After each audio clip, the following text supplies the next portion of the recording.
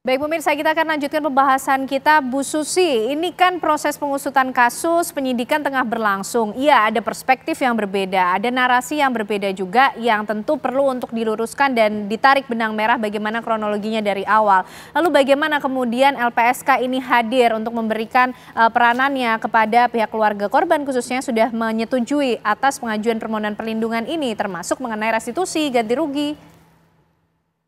Ya, yang tentu pertama ya kami akan melakukan penelahan ya, termasuk juga penelahan ini berkaitan dengan proses penegakan hukumnya.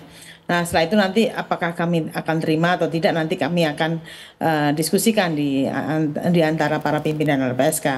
Kalau nanti kita terima, nah berkaitan dengan bentuk perlindungan, tentu saja ini berkaitan erat dengan hasil penelahan yang kami dapat, satu.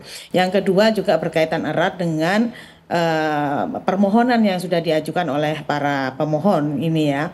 Nah, berkaitan dengan bentuknya. Nah, terus baru kemudian kita berikan perlindungan ya.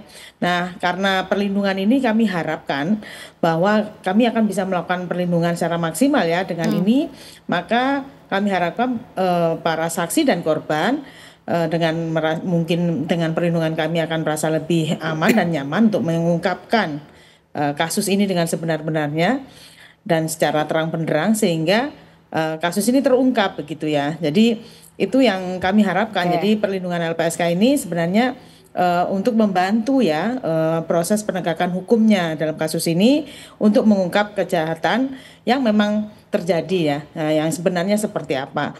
Yang pertama, yang kedua bantuan dan kemudian restitusi ini kan hak dari para korban dan keluarganya. Nah, ini yang perlu nanti akan kami ajukan ya di dalam sidang tersebut.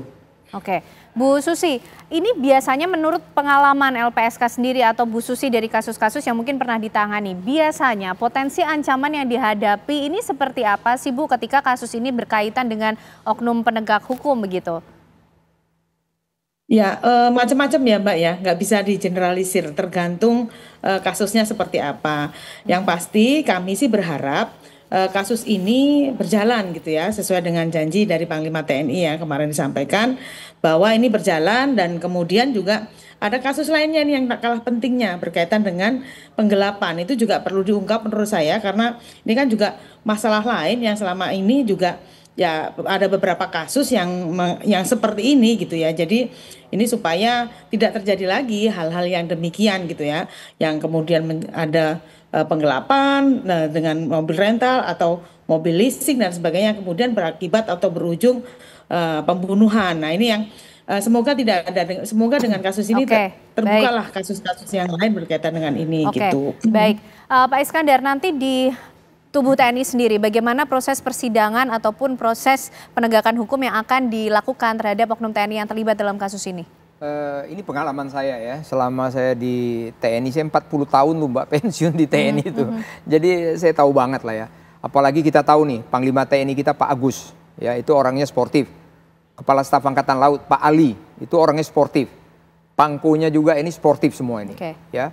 Dan Puspomnya Pak Sasmito juga sportif. Saya yakin, saya percaya ini nanti pada saat sidang, ini akan dibuka untuk umum kok. Siapa aja boleh lihat. Pengadilan militer ya Pak ya? Pengadilan militer tapi dibuka untuk umum. Saya yakin, saya percaya itu. Bahkan mungkin untuk mengedukasi, kita kepingin hadir di sini mengedukasi supaya jangan ada kejadian lagi. Silakan, mungkin saya usulkan dan Puspom buat jadwal.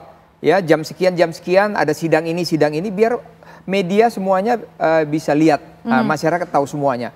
Contoh kasus Cebongan, itu paling berat dulu. Kita buat terbuka semuanya, orang senang semuanya. Nah, ini harapan kita jangan terulang lagi. Jadi maksud saya begini loh ya. Ini kan kasus sudah lah. Ini mungkin Mas ini Mas Agam ya. Saya hormat sama Mas Agam orang tuanya. Mudah-mudahan kasus ini menjadi apa ya? Menjadi tonggak ya supaya kita membenahi semua struktur kita. Filter pertama kita. Polisi sebagai pengayom kita. Di sini mudah-mudahan kita jadi filter supaya jangan ada korban-korban berikutnya lagi. Bagaimana kita menjamin kenyamanan bagi masyarakat kita semuanya. Kalaulah ada minta pertolongan ya ditolong. Kalaulah ada ini kita lihat coba mungkin 911 kita begitu hebatnya kan. Begitu dipanggil datang semuanya kan. Mau itu polisi, mau itu ambulan, kebakaran semua datang kok, Mbak.